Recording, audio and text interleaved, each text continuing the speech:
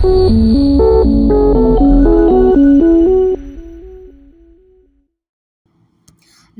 Rural YSR Congress పార్టీకి రాజీనామా చేసి నేడు నెల్లూరు రూరల్ తెలుగుదేశం పార్టీ కార్యాలయంలో తెలుగుదేశం పార్టీ రూరల్ అభ్యర్థి కోటంరెడ్డి శ్రీధర్ రెడ్డి, నగర మాజీ మేయర్ నందిమండల భానుశ్రీ మరియు టీడీపీ నాయకులు కోటంరెడ్డి గిరిధర్ రెడ్డి సమక్షంలో తెలుగుదేశం పార్టీలో నల్లగట్ల ప్రభావతి, శారద, మాధవి, విజయ భవానీ, షేక్ కరీమా చేరారు.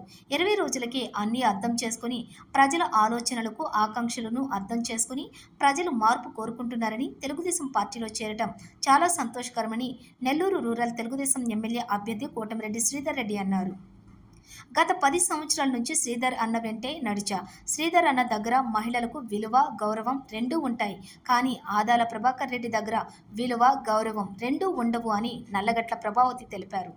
మే 13న జరగబోయే ఎన్నికల్లో తెలుగుదేశం పార్టీ తరపున నెల్లూరు పార్లమెంటు సభ్యులుగా పోటీ చేస్తున్న వేమిరెడ్డి ప్రభాకర్ రెడ్డిని, అలాగే నెల్లూరు రూరల్ నియోజకవర్గం నుంచి పోటీ చేస్తున్న కోటంరెడ్డి శ్రీధర్ రెడ్డి విజయానికి కృషి చేస్తా ప్రభావతి తెలిపారు.